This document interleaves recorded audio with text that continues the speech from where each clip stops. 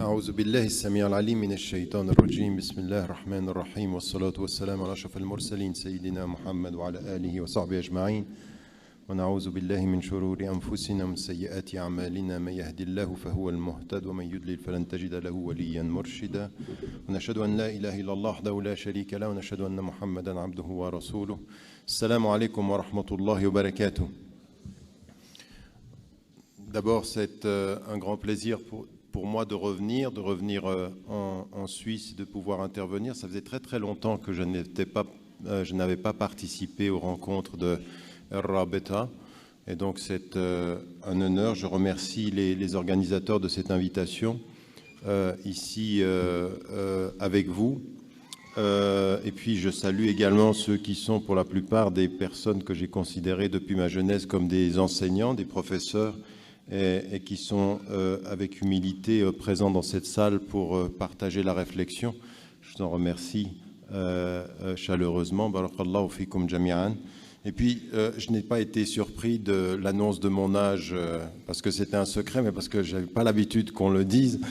Donc j'ai été surpris. En passant, c'est l'anniversaire de ma petite fille qui a 1 an aujourd'hui. Et donc, alhamdulillah, c'est une bid'a hasana de le rappeler. Alors, le sujet qui a été posé, c'est les obstacles qui entravent la bonne construction de la famille et des dangers. Et j'aimerais, en 50 minutes, c'est un sujet extrêmement long, vous en avez déjà parlé, alhamdulillah, simplement essayer de synthétiser. Encore une fois, ce ne sont pas des réponses... parce que moi-même, en tant que personne, on peut connaître les principes de l'islam, on peut connaître les principes fondateurs, les choses sur lesquelles se fonde notre religion. Nous vivons dans des contextes qui rendent l'application des principes au quotidien extrêmement difficile et en tant que...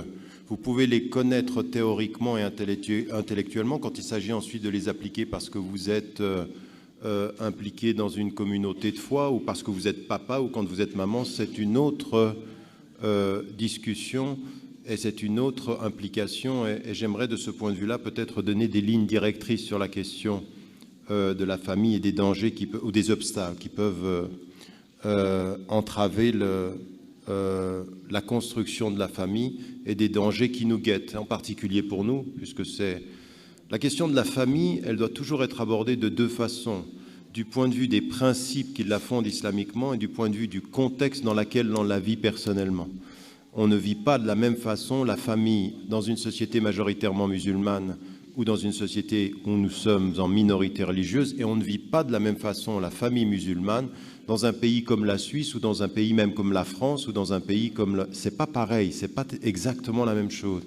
Et quand on parle de la famille, il faut avoir l'intelligence des principes et l'intelligence du contexte dans lequel on va traduire ces principes pour savoir comment est-ce qu'on peut constituer. Parce que chaque contexte, chaque environnement, chaque culture a des dangers et des obstacles. Et il faut les connaître de l'intérieur. Ça ne s'agit pas de dire l'islam prône la famille et de ne pas regarder les dangers qui nous guettent, nous, quand nous essayons de traduire cela.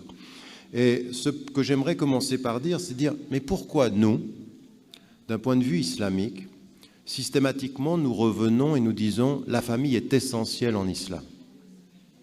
Et nous disons avec force, la famille est essentielle en islam. Et toute société, tout progrès, quelle que soit son avancée, que ce soit les progrès technologiques que vous voyez aux États-Unis, que ce soit la folie que vous entendez venant de la Chine, qui impose aux familles sur la question de la démographie, le fait de garder un enfant et de ne pas en avoir davantage, c'est une folie en termes de compréhension de l'éthique et des principes, mais c'est surtout parce que c'était une volonté d'un équilibre économique. Toute société qui, au nom du progrès, en arrive à ne pas reconnaître la famille, ne pas considérer la centralité de la famille, ou mettre un certain nombre de règles qui vont à l'encontre de notre éthique par rapport à la famille, quel que soit le progrès qui nous est imposé, si ça touche à cette essence-là, c'est qu'il y a quelque chose de mal dans ce progrès. Il y a quelque chose de faux, d'essentiellement faux, éthiquement moralement, spirituellement, une société qui progresse contre la centralité de la famille est une société qui régresse éthiquement et moralement.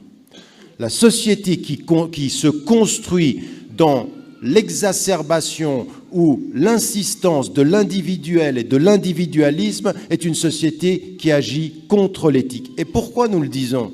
Pas simplement parce que nous répétons hadith à l'appui ou verset à l'appui que la famille est importante, c'est parce qu'en fait, la famille est importante du point de vue islamique sur 3 volets, pas simplement sur un. Le premier volet, il est capital. La question de la famille est liée à la plénitude de la foi. En d'autres termes, avoir la foi en Allah subhanahu wa ta'ala, de dire la ilaha illallah, de dire le tawhid, immédiatement dans la façon dont on va compléter, vivre notre foi, la famille va être inscrite dans le développement personnel de la foi. À tel point que vous ne pouvez pas vous rapprocher d'Allah si vous vous éloignez de vos parents.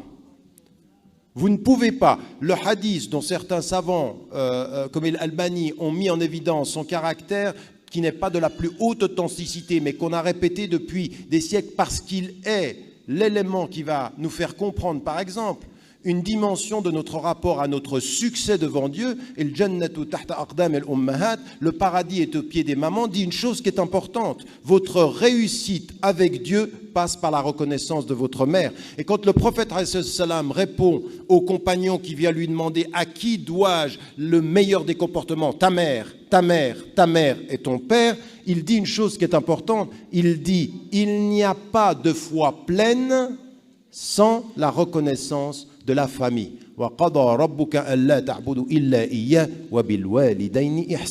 C'est-à-dire, le chemin de ton paradis passe par la reconnaissance des parents. Donc il y a dans la foi individuelle l'idée en islam que la foi, elle n'est pleine que quand on a considéré et compris la relation aux parents et inversement la relation aux enfants. Parce que tout ce qui est dit en islam sur le lien aux parents se retourne dans la conscience des parents, dans le lien aux enfants. C'est-à-dire que les enfants ont des droits sur nous. Si un parent attend de son enfant qu'il reconnaisse le cheminement vis-à-vis de Dieu par lui, c'est qu'il doit lui en donner les outils. Devant Dieu, nous serons questionnés en tant que parents, avons-nous donné à nos enfants les outils de reconnaître que nous sommes leurs parents et que leurs parents, ça veut dire c'est le chemin de leur paradis. C'est ça que ça veut dire. Ça va dans les deux sens. Reconnaître ses parents suppose pour les parents donner aux enfants les moyens de cette reconnaissance. Donc en d'autres termes, c'est dans les deux sens qu'on doit comprendre ceci de cette façon-là. Donc première des dimensions, c'est que la conception de la famille en islam, elle fait partie de la foi. Elle fait partie de la plénitude de la foi. Donc la compréhension de ceci. Et Luqman, le sage, quand il parle à son fils, il lui dit, c'est-à-dire remercie Dieu, mais il faut remercier aussi tes parents. Il faut remercier, le remerciement des parents. Il y a dans la façon dont on remercie ses parents une façon de remercier Dieu. Et remercier Dieu est une des exigences de la foi, ça veut dire remercier les parents. Ça fait partie de notre constitution. Donc n'importe quelle société qui vous dirait que ceci est diminué, voudrait dire que votre foi doit se perdre de sa lumière, perdre de son essence. C'est au nom de la foi, au nom de la relation à Dieu, au nom de le rapprochement avec Dieu qu'on défendra corps et âme contre tous les progrès humains, la régression de l'humain et de la famille. Ça, c'est le premier élément, mais ce n'est pas tout. Le deuxième élément qui est important aussi dans notre compréhension ici, c'est qu'en fait, dans la famille, vont se déterminer des valeurs. En d'autres termes, il y a la foi, c'est-à-dire la reconnaissance d'Allah, c'est la vraie connaissance du tawhid.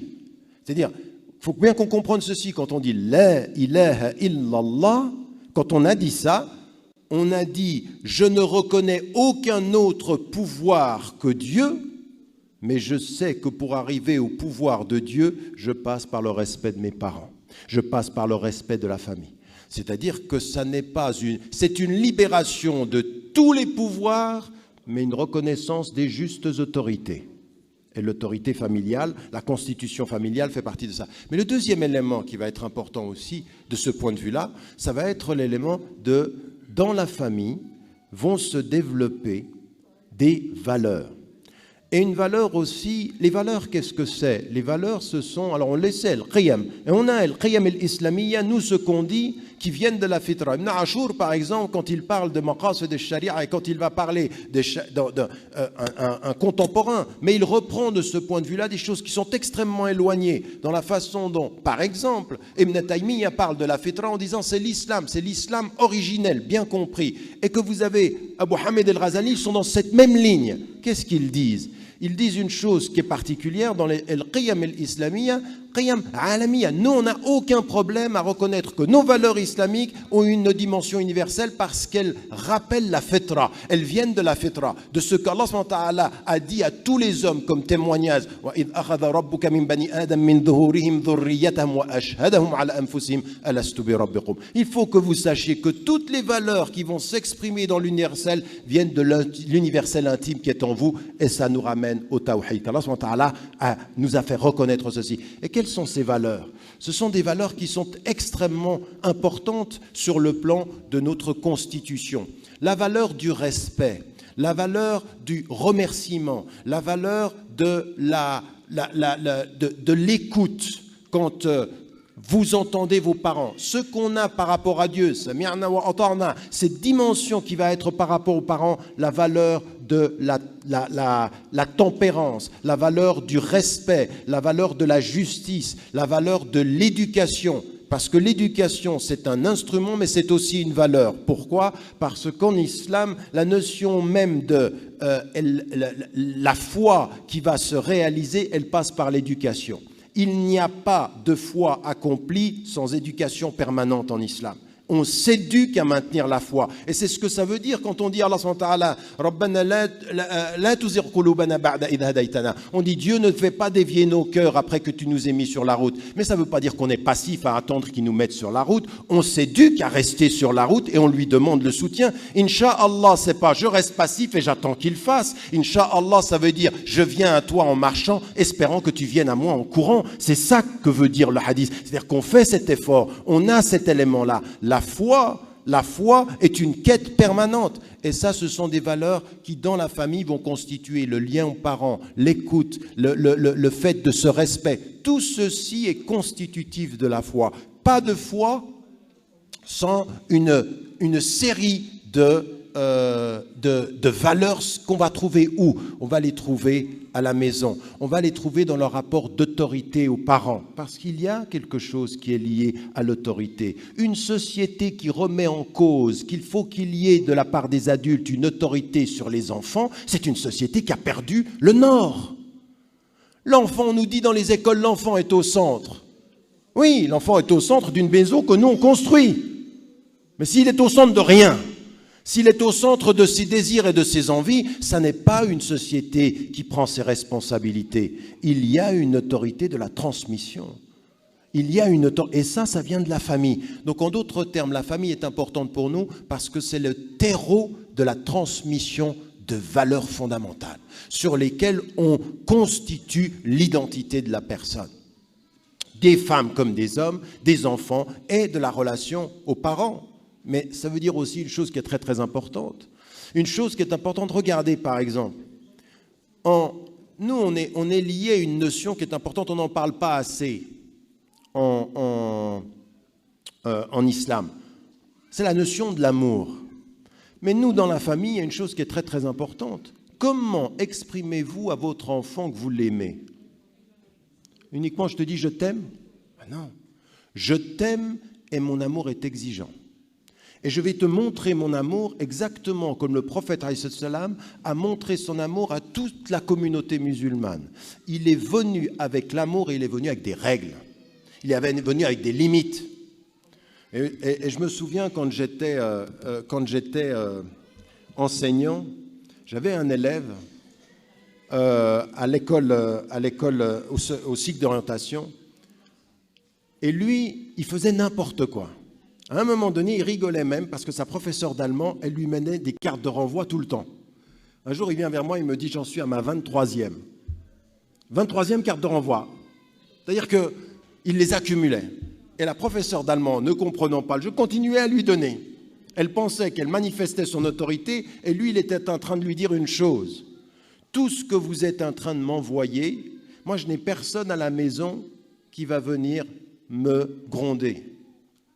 Et moi, j'avais pris cet exemple pour parler aux élèves en disant, mais les élèves s'étaient posés contre lui. Je lui dis, mais regardez le caractère positif. Quand votre papa ou votre maman vous dit, vous rentrez à 6 heures, quand ils vous mettent des limites, vous pouvez penser que la limite qu'ils vous mettent, c'est la limite à laquelle vous vous cognez. En fait, c'est la limite de l'amour. Je te mets des limites parce que je tiens à toi.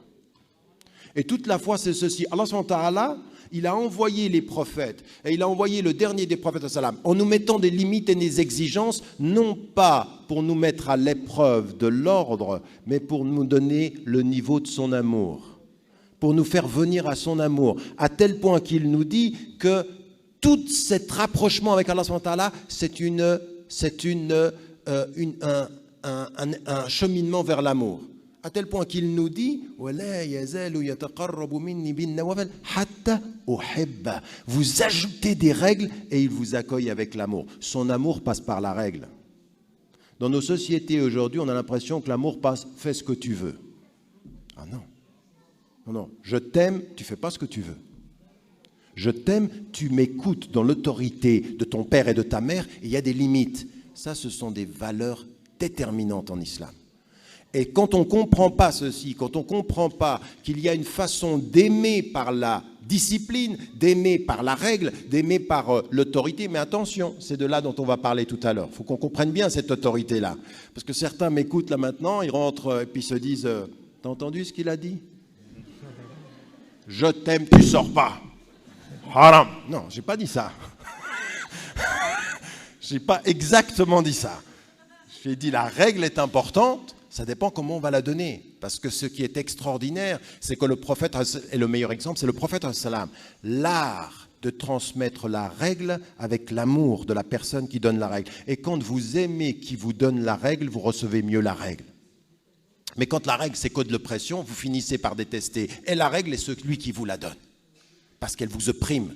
Il y a une façon de donner une règle qui élève, une façon qui donne une règle qui opprime, qui oppresse le cœur.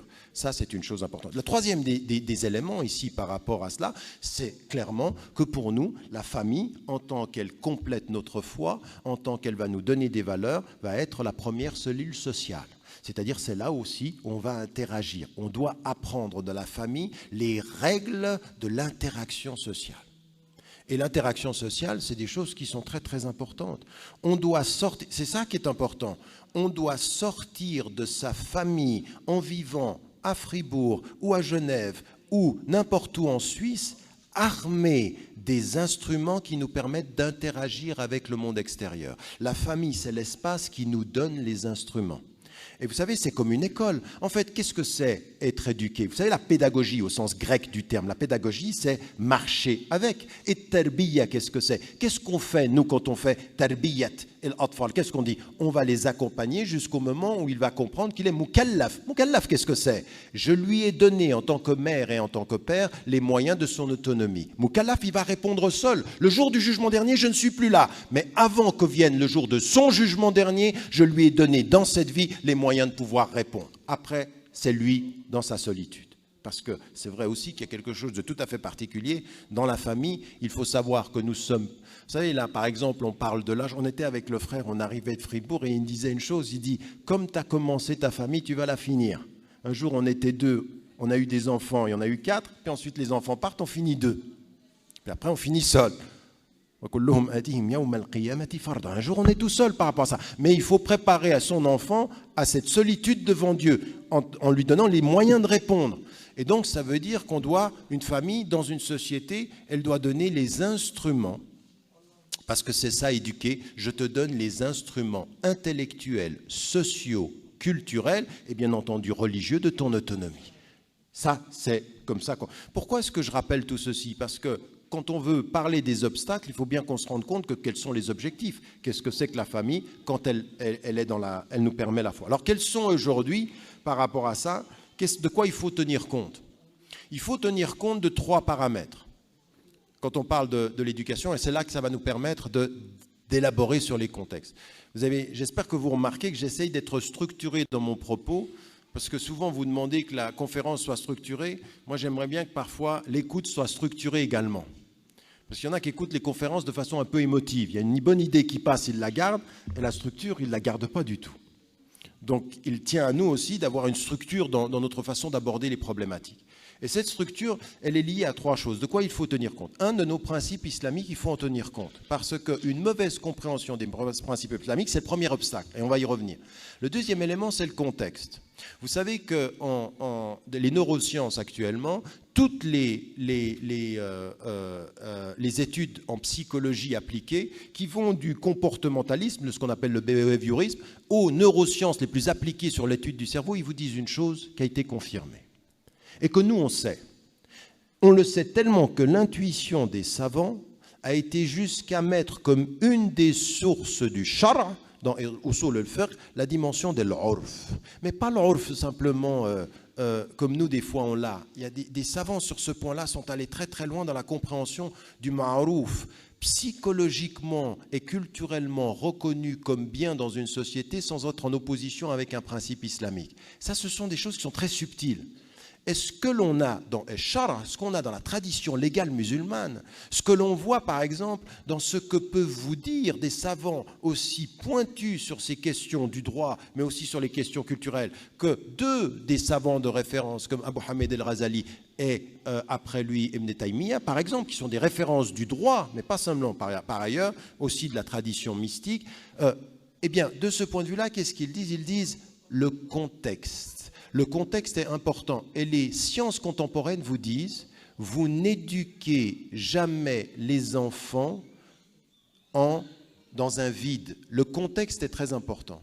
Donc on a les principes islamiques et on doit tenir compte du contexte, mais une 3e chose dont il faut tenir compte. Et là, en tant que papa et en tant que maman, et chacun des papas et chacune des mamans le sait, vous pouvez avoir 4 enfants, aucun ne ressemble à un autre. Et vous devez, dans l'éducation, tenir compte de la singularité. Un des obstacles, c'est pour vouloir pour tout le monde la même chose. Il m'est arrivé moi-même de m'entendre dire à un de mes enfants, je l'ai fait avec les autres. Ce que je n'avais pas entendu de la part de l'un d'eux, c'est le chuchotement, mais je ne suis pas les autres. Je ne suis pas les autres. Et l'éducation, elle tient compte de ça, la singularité de chacun. Les mêmes parents avec 4 enfants, c'est parfois 4 stratégies différentes pour chacun des enfants. Parce que les enfants ne se ressemblent pas. Alors bien sûr, les grands principes, on peut les avoir, mais ensuite, chaque enfant a sa sensibilité, a son rapport. Je veux dire, il est évident, moi je suis le dernier de 6 enfants, j'ai mon frère qui est ici, qui est juste plus grand que moi, et on en a 4 plus hauts. Mais l'éducation du premier, c'est pas la même. Quand on est le premier d'une famille, c'est pas la même chose que le dernier. Alors la chose la plus facile, c'est de dire t'étais le plus chouchouté, d'Al-Loua en égyptien. C'est pas tout à fait ça. C'est pas la même chose, c'est des contextes qui sont différents. Il faut tenir compte de ces éléments-là. Bien, bref, ce que je veux dire par là, c'est que les principes, le contexte et la singularité de chacun. Ça va nous permettre de savoir quels sont les obstacles. Alors, moi, ça m'arrive très rapidement, parce qu'effectivement, en 50 minutes, on ne peut pas aller plus loin que cela, mais la première des choses sur laquelle j'aimerais insister, c'est que l'un des plus grands obstacles à la réalisation de cet objectif de la famille à partir de nos principes musulmans, eh bien, c'est quelque chose d'extrêmement simple. C'est simple à dire, mais la résolution de ce problème n'est pas simple. C'est cette mauvaise compréhension de l'islam et la mauvaise gestion des priorités. L'éducation, elle est liée à des étapes. Elle est liée à des étapes. La façon dont on a une relation avec des enfants de bas âge, la relation qu'on a avec des enfants qui sont en croissance, la relation qu'on a avec des enfants qui sont des adolescents, exige de ce point de vue-là que nous comprenions que nos principes islamiques, ils doivent aussi être liés à l'élément de la temporalité de l'éducation. Et que si on ne tient pas compte de ceci, notre éducation, elle peut être juste dans les principes, fausse dans son application. Et ça, c'est problématique. Moi, j'ai rencontré beaucoup, à des moments donnés, je vais vous dire des choses même. Il y a certains savants avec lesquels j'ai pu m'asseoir, je peux vous dire qu'en les écoutant, vous pouvez signer en disant 100% quant à la compréhension des principes. Au moment où on transmet ceci à la compréhension du contexte, on n'y est plus du tout. Parce qu'on peut être juste dans la lecture des textes, faux dans le lien entre le texte et le contexte. Et quand on est parent, il faut comprendre à un moment donné que par rapport à ses enfants, eh bien, il y a des choses qui doivent être liées à la nature. Allah subhanahu wa ta'ala, il a mis des sunan al-kawniya, il a mis des règles dans la nature, il a mis des règles dans notre évolution. Et quand, par exemple, aujourd'hui, des psychologues, quand aujourd'hui des gens qui étudient la nature humaine vous disent les étapes de la façon dont fonctionne votre cerveau, par exemple, dans la façon dont vous commencez à comprendre des choses, en tant que musulman, il faut comprendre ça, il faut faire attention. Quand, vous savez, il y a une formule qui dit « vous avez tort si vous avez raison trop tôt ». Mais vous avez tort si vous appliquez certains principes de l'islam trop tôt à des enfants qui ne peuvent pas comprendre, qui ne peuvent pas saisir. Il y a des moments donnés, par exemple, des enfants en bas âge. Il faut bien comprendre une chose, il faut que l'atmosphère de la maison soit islamique. Ce n'est pas des choses qu'on impose, c'est des choses qu'on fait sentir. Il faut que vos enfants, quand ils rentrent dans la maison, il faut qu'ils vous voient prier, il faut qu'ils vous disent, qu'ils entendent le Coran, il faut qu'il y ait une atmosphère. Et faites attention, il y a des messages que les enfants reçoivent que vous n'avez pas dit. L'éducation, ce n'est pas ce que je te dis, l'éducation, c'est ce que je sens. C'est ce que je sens. Et les tensions, vous voyez l'éducation, de ce point de vue-là, la bonne compréhension de l'islam, c'est qu'à des moments donnés, simplement des choses très simples. Quand vous mettez le Coran, le fait de faire silence et de l'écouter, vous avez dit plein de choses à l'enfant, mais vous ne lui avez rien imposé, vous l'avez invité au respect de la parole. À un moment donné où l'enfant n'a pas l'intelligence de comprendre ce que vous faites, mais il a le ressenti de partager ce que vous faites. De ce point de vue-là, le plus grand des obstacles, c'est la mauvaise compréhension de nos principes islamiques, des priorités de l'islam et de comment on va les appliquer. Et là, de ce point de vue, moi, je suis content de voir que même sur le plan de notre littérature, on a de plus en plus en langue française aujourd'hui des livres qui sont liés à l'éducation des enfants, de comment est-ce qu'on les accompagne. C'est très important parce que ça, c'est comment est-ce qu'on va traduire notre islam au quotidien. Le plus grand obstacle, c'est ceci. Et ça vient aussi d'une chose qui est un deuxième obstacle. Et je vais vous dire une chose, c'est tout à fait paradoxal. En fait, les parents des premières générations, quand ils arrivent en Suisse ou même ceux qui se sont convertis à l'islam, parce que dans cette salle, il y a des gens qui sont là depuis plusieurs générations, il y a des gens qui sont là depuis une génération, puis il y a des gens qui se sont convertis, puis il y a des gens, en l'occurrence, qui viennent d'autres pays d'Europe. Il y a une chose dans l'éducation qui est très très importante. En fait, c'est une chose qui est liée peut-être à notre plus grand djihad.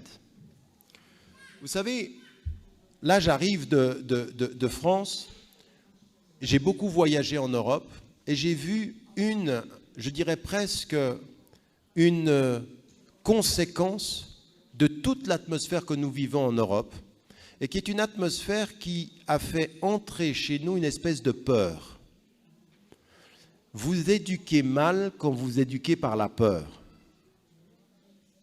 Quand vous avez peur de l'environnement, vous allez traduire à vos enfants une peur de l'environnement.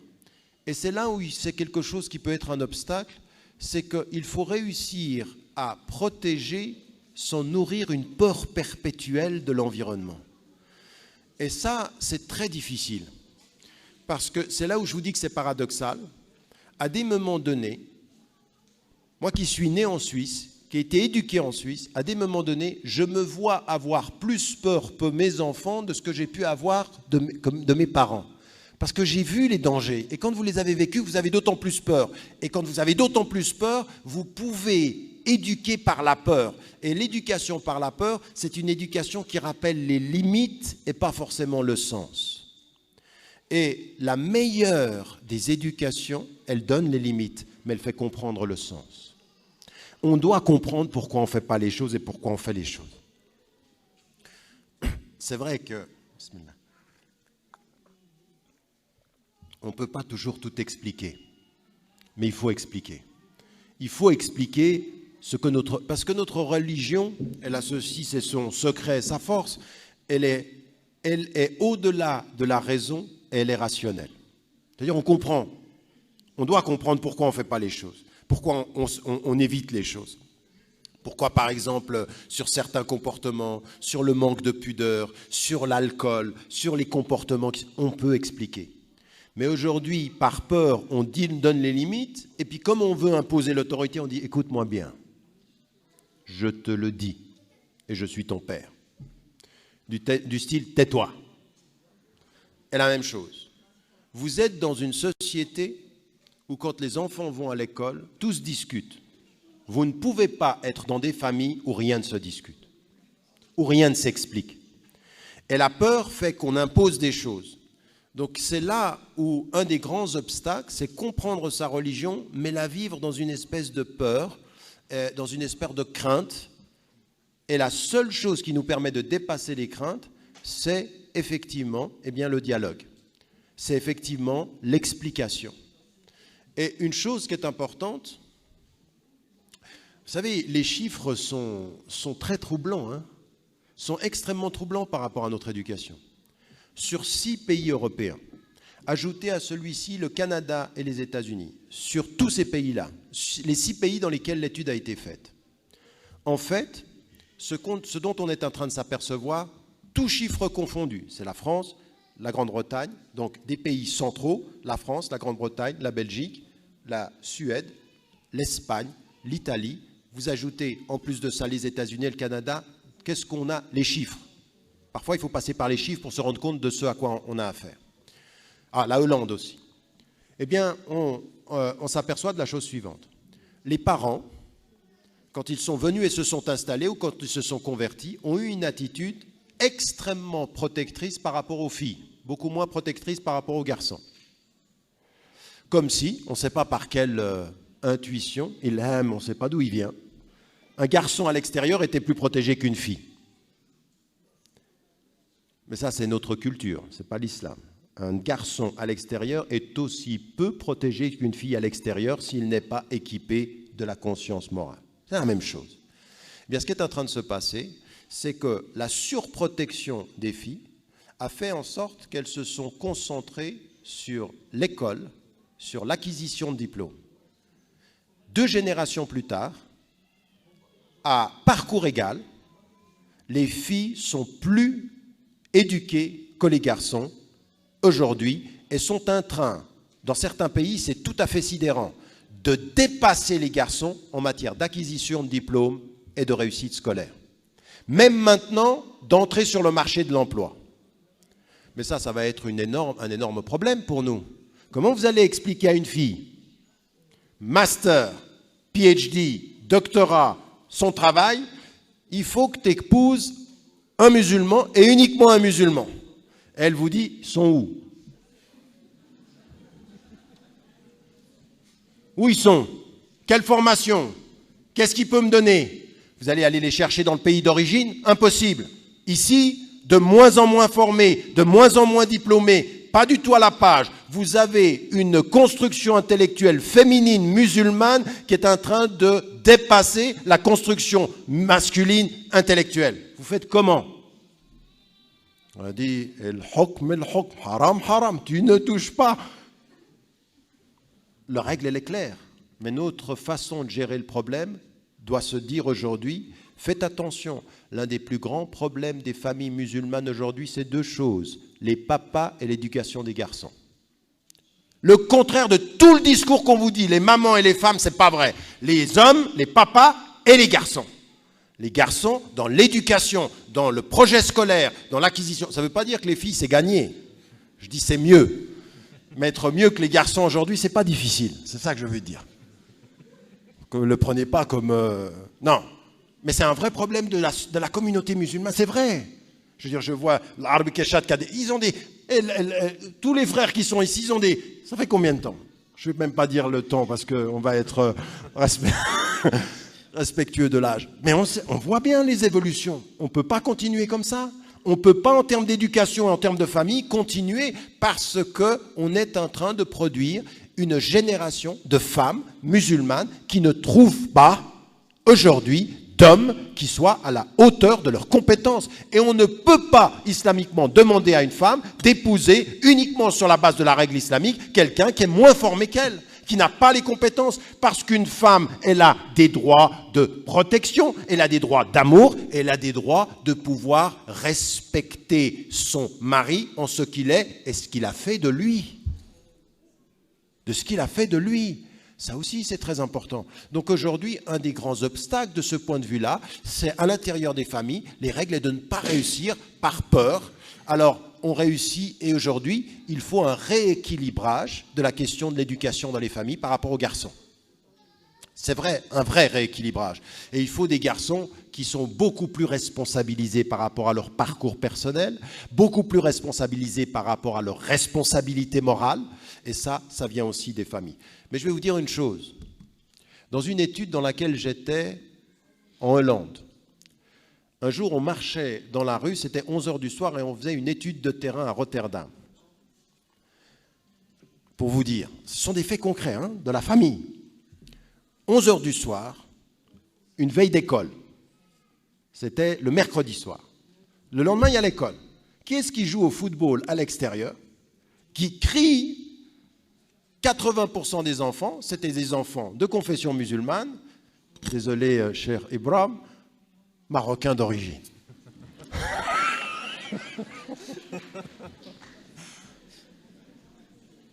Simplement parce que la majorité des musulmans en Hollande sont des Marocains.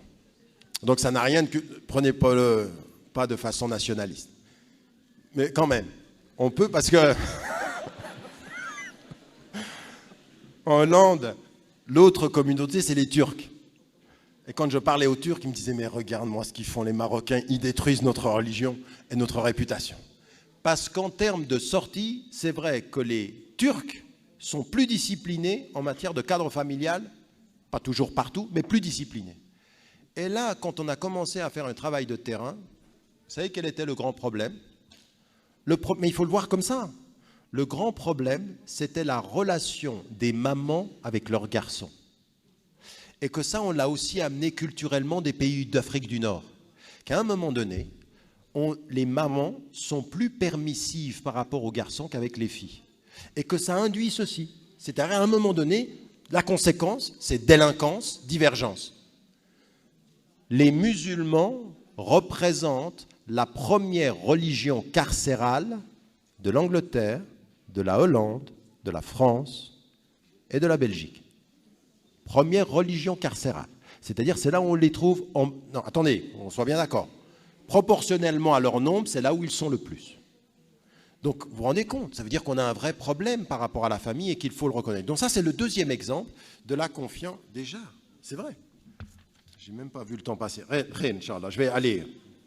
Donc ça, c'est le deuxième élément. Le troisième obstacle par rapport à cette peur, et c'est la conséquence de cette peur, c'est qu'à un moment donné, c'est dans la famille, cette idée que pour se protéger, on a toujours un discours de la différenciation. Elle a des mauvaises compréhensions de choses que moi j'ai entendues, même chez des frères qui sont un peu salafis dans leur lecture des... dans leur lecture de certains hadiths, il ne faut pas être comme eux, il faut se distinguer vestimentairement, intellectuellement. Mais bien sûr, la meilleure des distinctions, elle est de deux natures. Nous avons des principes et on a une pudeur vestimentaire. On doit avoir une pudeur, elle est vestimentaire, elle est intellectuelle, elle est sociale. On a cette pudeur-là. Elle n'est pas simplement vestimentaire, elle est de toute nature. Notre pudeur, elle est englobante, elle est holistique, on dira en français, elle est de toute nature.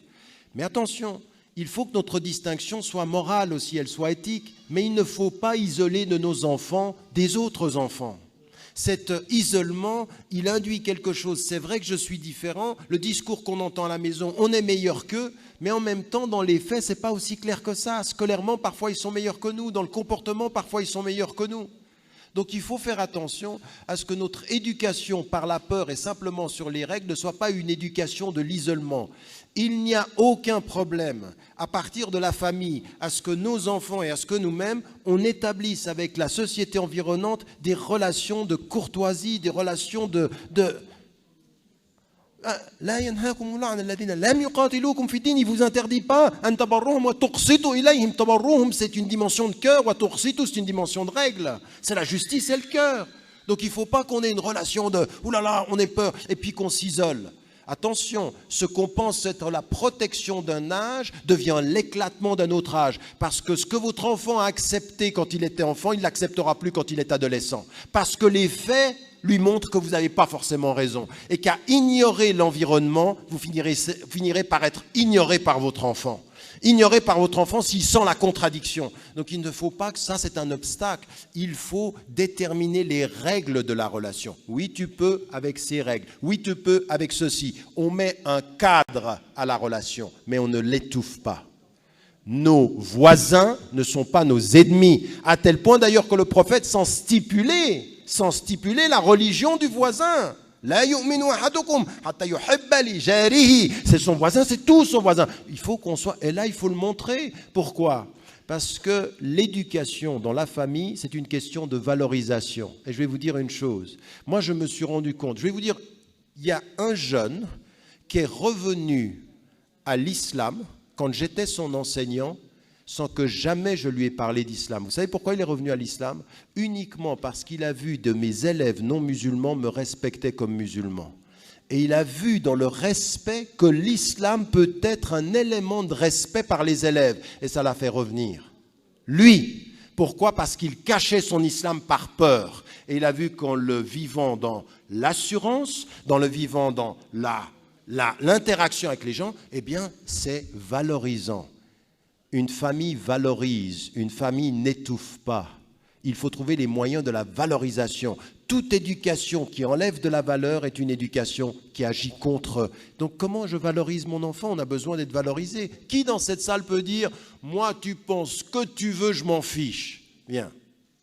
Vraiment ? Je pense ce que tu veux. Tout le monde pense ce qu'il veut de toi, tu t'en fiches. Ça, c'est pas humain. Mais même si tu me dis ça, tu n'as pas de cœur. Bien sûr que c'est pas vrai. À tel point qu'Allah subhanahu wa ta'ala, il dit par le prophète salam que quand quelqu'un est aimé par Allah subhanahu wa ta'ala, il le fait savoir aux anges et par les anges aux hommes. Parce qu'il y a un signe. Être aimé des hommes, c'est important pour ceux qui aiment Dieu. Il ne faut pas faire pour les hommes, mais il ne faut pas nier les hommes. Il faut toujours se méfier des hommes par Dieu, mais nier les hommes, c'est ne pas être avec Dieu. Raison pour laquelle le Coran termine parce que les nas sont partout. Mais nous, on doit aussi cette éducation. Elle n'est pas dans l'isolement. J'ai encore 5 minutes, c'est ça ?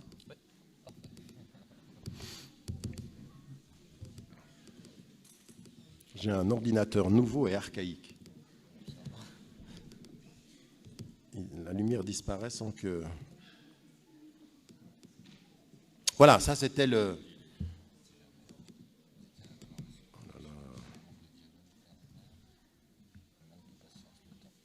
Voilà.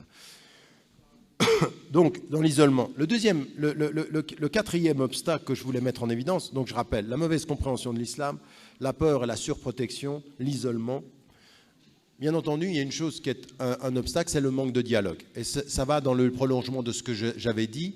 Et encore une fois, vous savez, il y a quelque chose de surprenant dans le Coran. Dans la séquence éducative, on en a deux, très explicites dans le Coran. On en a plus que deux, mais on en a deux qui sont explicites. Il y en a une qui est explicite, c'est Ya'qub alayhi salam qui parle à Youssouf alayhi salam. Et on en a une autre, c'est Luqman. C'est qui parle au fils ? C'est le papa. La présence du père dans le Coran est très importante. Et donc, le dialogue avec le père, le dialogue avec la mère, le dialogue ici, ce qui fait obstacle à la réalité de la famille est un espace de dialogue, pas un espace uniquement d'autorité. C'est pour ça que je vous disais tout à l'heure, faites attention, ne reprenez pas uniquement l'argument d'autorité, c'est l'autorité qui permet le dialogue. C'est une autorité, c'est exactement la façon, c'est là où le prophète salam était un exemple. C'est-à-dire, il a l'autorité morale, mais il a toujours été dans le dialogue avec ses compagnons et avec ceux qui sont présents.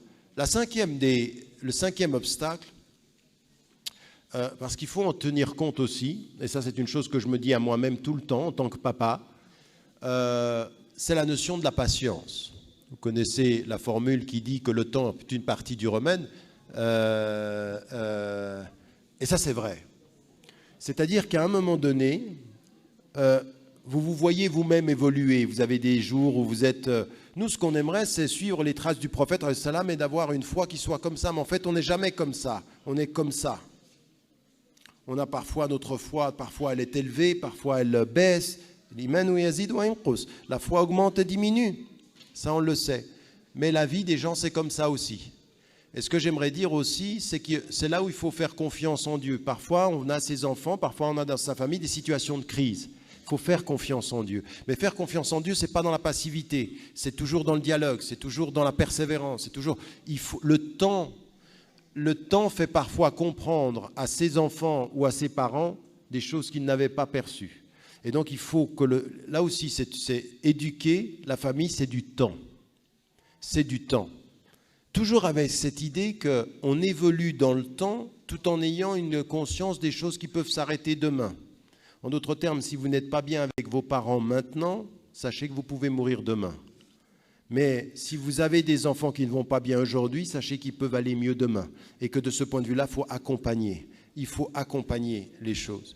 Et que le prophète, c'est dans sa bonté. Et rahma, c'est très important. Vous savez, il y a un terme en psychologie aujourd'hui qui s'appelle l'empathie. C'est-à-dire de comprendre, d'accompagner, de ne pas juger trop vite. Ni père, ni mère, ni fille, ni garçon n'a le droit à un jugement définitif, ni sur son fils, ni sur sa fille, ni sur son père, ni sur sa mère. Le jugement définitif nous est interdit. Le jugement, c'est Allah subhanahu wa ta'ala. Nous, on accompagne et on essaye du mieux qu'on peut. Et donc, de ce point de vue-là aussi, le temps. Et puis, dernier élément sur lequel j'aurais voulu insister sur les questions des obstacles, c'est que... c'est ce que je disais, on doit nous s'éduquer les uns les autres à comprendre qu'on est mukallafin, c'est-à-dire qu'au bout du compte, on a les instruments et puis il faut travailler. Mais il y a une autre chose, il faut être plein de reconnaissance, il faut être plein de dialogue, il faut être plein de patience, mais une chose sur laquelle il faut tous qu'on se mette d'accord, c'est qu'il faut bien comprendre une chose qui est véritablement... importante. Allah subhanahu wa ta'ala, quand on dit il ne change pas ce qui est en un peuple jusqu'à ce qu'il change ce qui est en eux-mêmes. On connaît ce verset et on le répète. Mais qu'est-ce qu'il dit ce verset? Il dit à chacune et à chacun d'entre nous dans sa famille. Chacun d'entre vous ici, vous faites partie d'une famille. Vous êtes soit papa, vous êtes soit enfant, soit vous avez votre papa ou votre maman qui sont soit présents, soit morts. Vos papas et vos mamans présents ou morts sont toujours présents et doivent toujours le demeurer. Nous sommes tous et nous appartenons tous à une famille. Mais ce que nous dit ce verset-là, c'est de nous dire une chose qui est très très importante. Ne jouez pas aux victimes. Vous êtes responsables. Et vous êtes responsable, c'est-à-dire que vous ne pouvez pas vous dire, tu sais quoi, mon père, il ne m'a jamais compris. Ma mère, elle ne m'a jamais compris. Après, vous arrêtez de dire, qu'est-ce que tu veux dire par là? Il faut que tu comprennes. Que je comprenne quoi? Quoi? Ce que tu fais maintenant? Va-t-on justifier jusqu'à quand son comportement parce qu'on n'a pas été compris? Bien sûr qu'on admet que parfois on n'a pas été compris. Mais à un moment donné, il faut se prendre en charge. À un moment donné, il faut se responsabiliser. Il faut devenir... On sait ce que veut dire la ilaha illallah. On se dit, maintenant c'est à moi d'agir. Bien sûr que mon père ne m'a peut-être pas compris, mais à un moment donné, je vais lui parler. Peut-être qu'il est parti et il ne m'a pas compris. Et ce que je peux faire quand il n'est pas là et que moi je suis là, c'est prier pour lui parce que même dans le temps qui est passé, mes prières sont une protection pour lui. Tout le temps, il faut se prendre en charge. À un moment donné, on ne peut pas être les observateurs de ses blessures, les observateurs des échecs, les observateurs de ce qui n'a pas été, de ce qui n'a pas marché. En islam, vous savez, en Occident, on dit souvent, vous les musulmans, quand vous dites Inch'Allah, vous êtes des fatalistes. C'est parce qu'on n'a pas compris Inch'Allah ce que ça veut dire. Inch'Allah, c'est le contraire du fatalisme. C'est je me bats, je me lève, je travaille et Inch'Allah.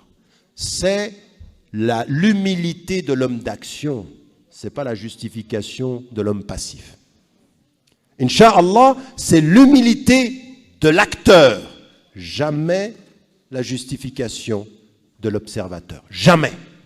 Et en éducation, c'est comme ça. Il faut se battre, il faut être engagé par rapport à soi-même et il faut se prendre en charge, sinon on est dans, dans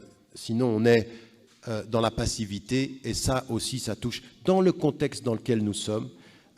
Et donc, j'aimerais beaucoup insister là-dessus. Et puis, ma conclusion, puisque le frère me dit qu'il faut arrêter, j'ai juste fini la première partie, là. Donc, vous voyez que mon rapport au temps... mais finalement, ce que je disais dans la première partie, je l'illustrais dans la seconde, donc vous avez l'essentiel du propos, alhamdoulilah. Mais j'aimerais juste dire une chose qui est aussi très très importante. Au cours de ces dernières années, je me suis beaucoup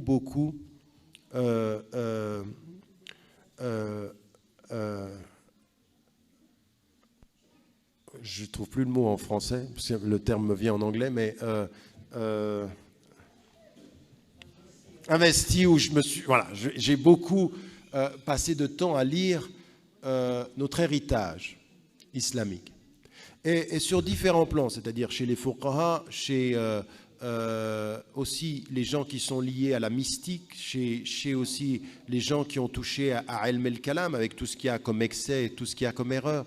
Mais une chose qui est importante aussi, et qu'on retrouve chez nos grands savants, c'est à un moment donné, ils disent une chose sur laquelle nous devons vraiment insister. Ça n'est pas parce que vous vivez en Suisse et que nous vivons en Occident que nous devons oublier la notion du bien-être dans notre éducation. Se sentir bien, le bien-être. Il ne faut pas une éducation qui nous fasse nous sentir mal. Et vous savez ce que c'est le bien-être, c'est ce que je disais, tout ce que j'ai dit, c'est le bien-être, l'éducation, la participation, mais c'est aussi les moments de détente. C'est aussi le prophète ﷺ qui parle à Hamdallah, c'est-à-dire il y a 1 heure pour ça, 1 heure pour ça. Il faut vraiment se préoccuper du bien-être en Suisse. Occupez-vous du bien-être des musulmans de Suisse, en Suisse, de se sentir bien. Parce que vous le vouliez ou non, je vous l'annonce comme cela est, historiquement. Pour 99 en Suisse, 99% d'entre vous, votre avenir et l'avenir de votre enfant, c'est ici. Et vous ne pouvez pas continuer, famille après famille, génération après génération, à prôner l'islam du mal-être en Suisse. Non, l'avenir, c'est l'islam du bien-être en Suisse. Le bien-être. Et ça commence dans la famille. Comment on fait ceci? Ça veut dire tout ce que je vous ai dit. Ça veut dire la relation aux autres. Ça veut dire la relation à la culture. Ça veut dire aussi gérer les nouveaux moyens. Nous sommes dans un vrai danger avec les nouveaux moyens de communication. Moi, je suis désolé, quelqu'un qui me dit, en passant 3 heures de sa journée sur Internet, ça c'est mon bien-être, je dis, tu t'es trompé de moyen. Ça c'est l'explosion de l'être, c'est la fin de l'être.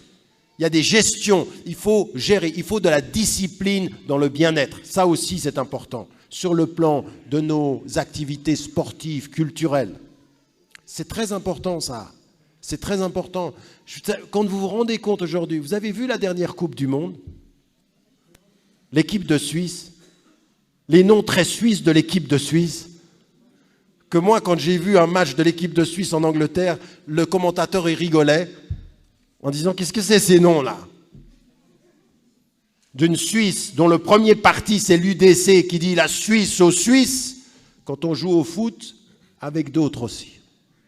On a connu ça en France, on connaît ça en Angleterre. Mais ce n'est pas ça qui m'intéresse. C'est ce que ça renvoie à ceux qui, en Suisse, font la Suisse aujourd'hui, dont certains sont musulmans, avec des noms qui viennent.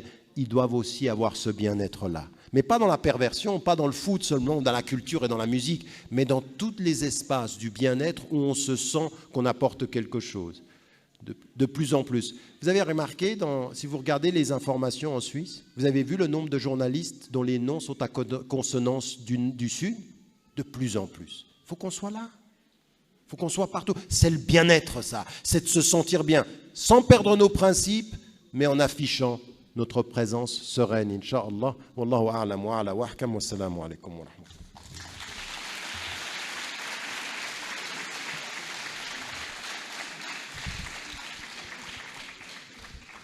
بارك الله فيكم دكتور طارق. C'est l'heure des questions. J'en ai plein, Inch'Allah. On ne va pas pouvoir réussir à tout répondre. Je vais essayer de présenter les questions par thème. Première question, c'est au sujet, dans le thème de l'école. Beaucoup de questions autour de l'école. Par rapport à la réussite scolaire, pouvez-vous définir ce qui est pour vous une éducation réussie? Car on a tendance à confondre ces deux réussites. Et dans l'école, toujours dans le même thème, l'école fait partie de l'environnement, participe à l'éducation de nos enfants. Doit-on participer pour la réformer ou penser à monter nos propres écoles? Bien, ça c'est une excellente question.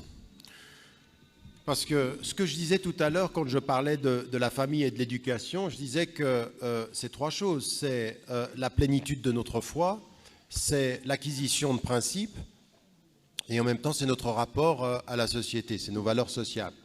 La réussite scolaire, il faut qu'on fasse très très attention. Moi j'ai vu des écoles islamiques qui comparaient leur réussite en tant qu'école islamique sur le nombre de diplômes acquis.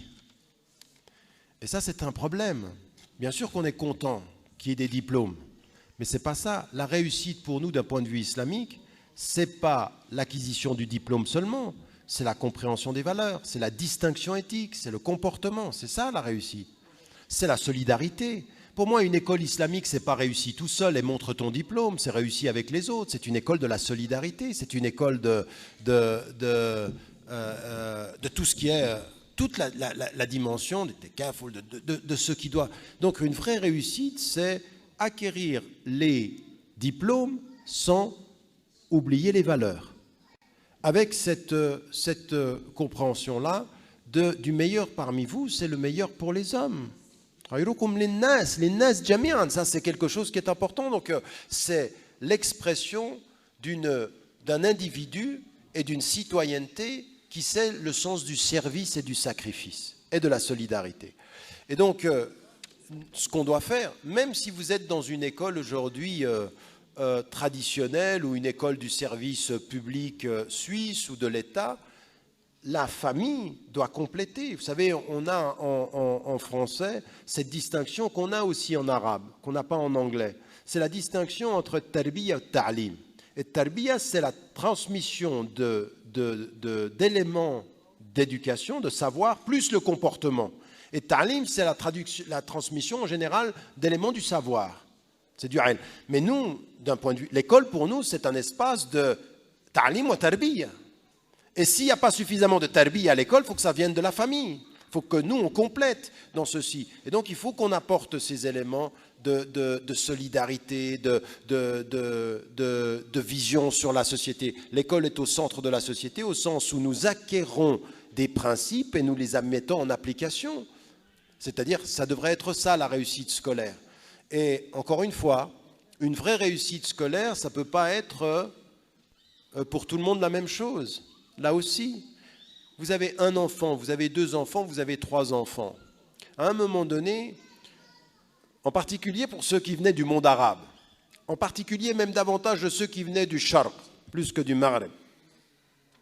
Plus, mais quand même. C'était quoi? Quelle était l'éducation réussie? Médecin ou ingénieur? Là, ça c'était le top. Nous, on s'est trompé en passant par la philo et la littérature. Mais vraiment, à un moment donné, il y a une hiérarchie des fonctions. Mais en fait, c'est faux, ça. Et ce n'est pas lié au salaire non plus. Ça doit être lié à une réussite sociale, mais aussi du bien-être de l'enfant. Il y a des enfants qui, à un moment donné, il faut l'admettre, ils seront moins liés à l'enseignement ou aux études ou à l'acquisition. Et vous pouvez avoir, vous, des parents, des enfants, et puis vous apercevez que peut-être il y en a un à un moment donné qui va vous interpeller là-dessus. Sur non, moi, c'est pas moi ça.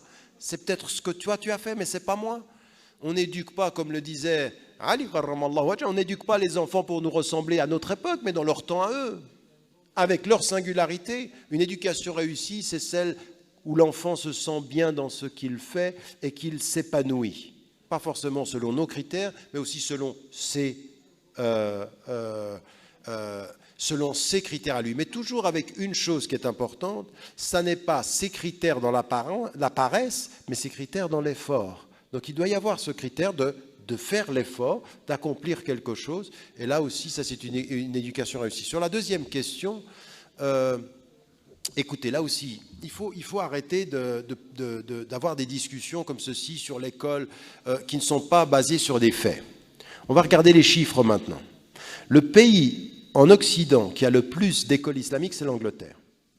On est arrivé aujourd'hui, en termes d'écoles islamiques, à peu près 100, le dernier recensement, c'était 146 écoles musulmanes en Angleterre. C'est donc énorme par rapport à d'autres. En France, aujourd'hui, on en avait une à La Réunion. Maintenant, il y en a 3 qui sont en train de s'installer dans la métropole. Dans les autres pays, il y a en Hollande des écoles qui sont de cette nature-là parce qu'elles sont subventionnées. Ils peuvent avoir l'argent dès le départ.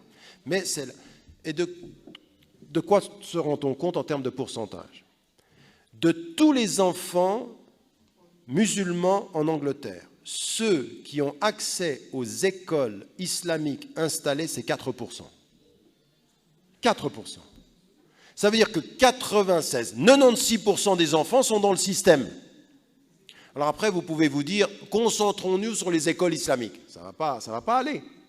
Il faut que les parents soient présents et s'investissent dans les conseils de parents, avec les enseignants, à réformer cette école-là. C'est là où nos enfants vont aller, à 96%, 96% en Angleterre. En plus, ici en Suisse, mais c'est pratiquement 100%. Et il y en a qui se disent, alors il faut une école islamique.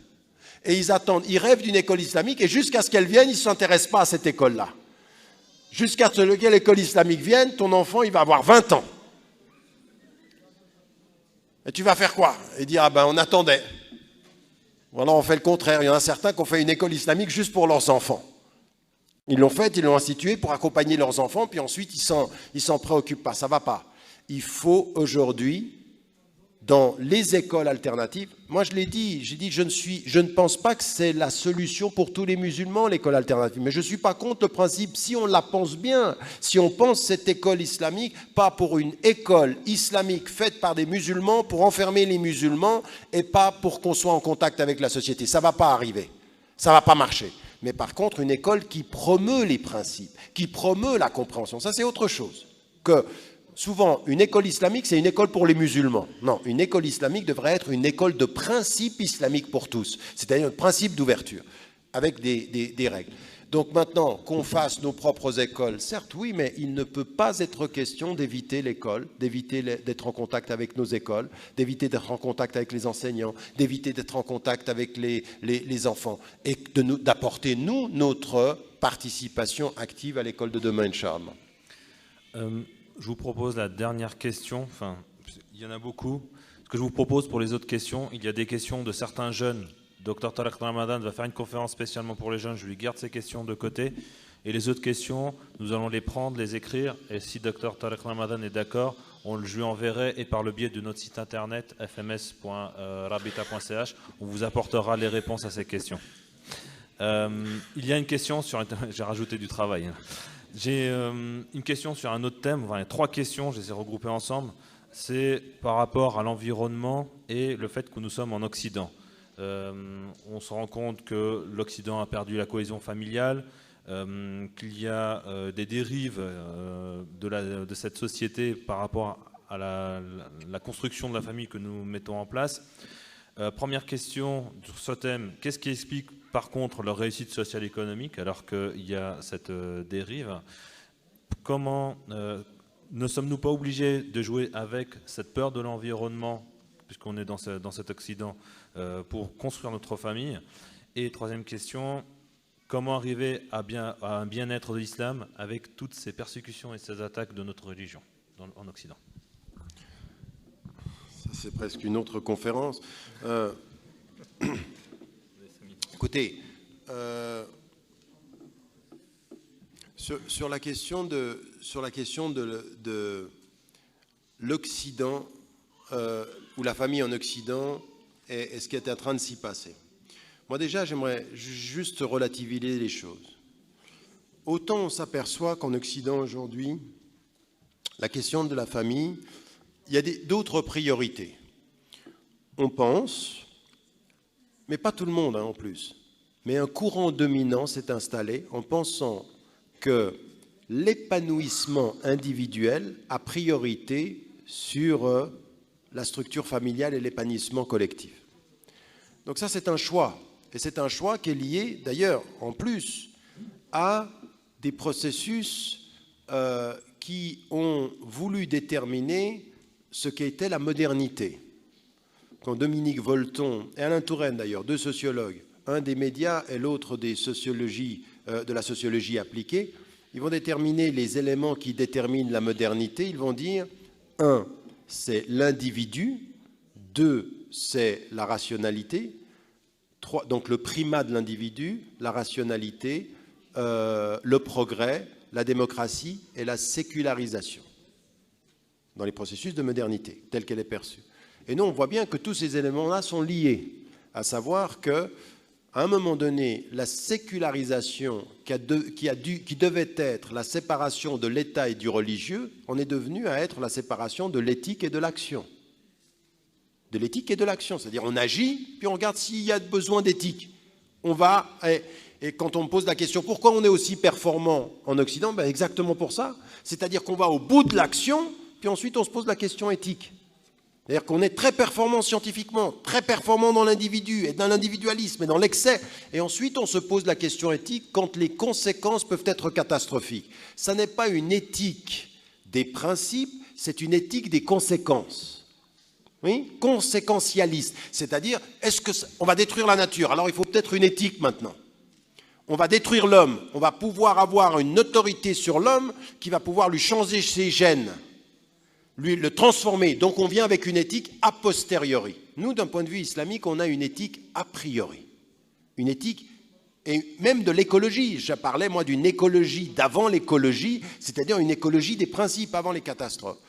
Et donc, quand on est dans notre société et qu'on voit ceci en Occident, on voit ceci. Mais j'aimerais vous dire une chose, qu'aucun d'entre nous dans cette salle n'idéalise la famille musulmane dans les sociétés majoritairement musulmanes.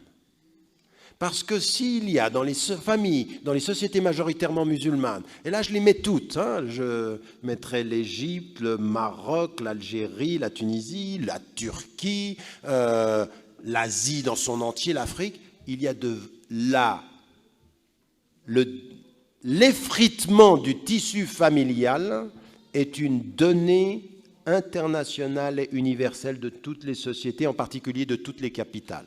De toutes les capitales. Et je vais vous dire une chose, c'est-à-dire que dans certaines capitales du Sud, la pénétration des moyens modernes est en train de faire exploser le tissu familial. Dans toutes les capitales, au point qu'on a des attitudes sociales qui n'ont pas eu l'évolution occidentale, mais qui ont eu l'intervention des moyens. Des comportements qui sont totalement aliénés. Donc on ne va pas idéaliser nos... Maintenant, on est tous embarqués dans la même question. Comment on fait? Et donc, c'est vrai que dans les sociétés majoritairement musulmanes, parce que certains, quand ils les ont quittés il y a quelques années, ils continuaient à les idéaliser comme il y a 50 ans. Non, ça a changé. Je suis désolé, Casa de 2014, ce n'est pas 1950. Ni l'Égypte, ni le Caire, ni n'importe quel... Tout le monde a changé. Il y a des choses... Vous allez dans le sud, vous voyez des choses, vous ne pouviez pas imaginer que ça allait se faire là-bas, même dans la famille, même comme l'enfant il parle à son papa. Même des fois, nous, on a été plus conservateurs dans nos familles qu'ils l'ont été là-bas. Que vous avez votre enfant qui dit, moi je suis allé là-bas, je l'ai vu comme il parlait à son père, je lui dis, ça va pas. Parce que nous, on a été conservateurs par peur. On s'est dit, oulala, non, tu ne me parles pas comme ça. Et là-bas... il n'y avait pas la protection de l'environnement ou la peur de l'environnement, et donc on a évolué. Donc pas d'idéalisation. Quand on revient à nous maintenant, il faut aujourd'hui, effectivement, se dire que dans cette société-là, la première des choses qu'il faut qu'on admette, c'est que c'est difficile. On est dans une vraie... moi je le dis comme ça, la famille c'est un djihad. C'est un vrai djihad, c'est une vraie résistance et c'est une vraie réforme. Le maintien, la réussite d'une dynamique familiale qui soit importante. Et donc, de ce point de vue, par rapport à l'environnement, il faut, de ce point de vue-là, c'est ce que j'ai essayé de dire pendant toute la conférence, se rendre compte des obstacles potentiels, comment est-ce qu'on peut y parvenir. Et il y a des choses sur lesquelles il faut redoubler en matière de communication, en matière de confiance, en matière d'échange, d'écoute aussi. Tout ça, ce sont des choses qui sont importantes parce que la singularité de votre enfant, c'est que chaque enfant vous en parlera de façon différente parce qu'on vit les choses différemment.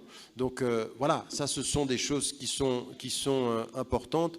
Et puis, encore une fois, vous savez, c'est très vrai ça, si dans l'absolu du verset, il se peut que vous détestiez une chose et c'est mauvais et c'est bien un bien pour vous. En fait, moi, au début, j'avais écrit un livre au début des années 90, au début des années 90, sur être musulman européen, et je disais une chose dont je suis de plus en plus persuadé. L'expérience des musulmans occidentaux va avoir un impact déterminant sur les musulmans du monde. Je suis profondément persuadé de ça. Non pas que les réponses viendront de nous, mais notre expérience, même vis-à-vis des questions, ça va faire aussi évoluer notre façon de formuler les réponses. Et ce que j'aimerais dire par rapport à ça, c'est que nous tous, nous sommes embarqués dans cette expérience-là et que les difficultés que nous avons, les peurs, la nécessité de réaffirmer certaines choses, vous savez, parfois, c'est l'adversité qui vous donne de la force. C'est l'adversité qui vous oblige à vous affirmer. Parfois les gens ils pensent que quand on vous attaque et que vous ne répondez pas, c'est un signe de faiblesse, mais c'est le potentiel de votre force. Et il se peut que notre expérience en Occident, qui nous pousse aujourd'hui à aller chercher des ressources, à aller dans nos familles, à travailler, ce soit des éléments qui doivent être notre force. Et ça, c'est aussi quelque chose sur laquelle nous devons travailler. Il faut constater la difficulté et transformer cette difficulté en quelque chose qui nous donne, en l'occurrence, Inch'Allah, plus de force, plus de détermination et plus de travail. Parce que chacun d'entre nous doit faire l'analyse de sa propre éducation et essayer d'améliorer l'éducation qu'il offre à ses enfants, Inch'Allah. Wassalamu alaikum wa rahmatullah. Dr. Tariq Ramadan, barakallahu fikum.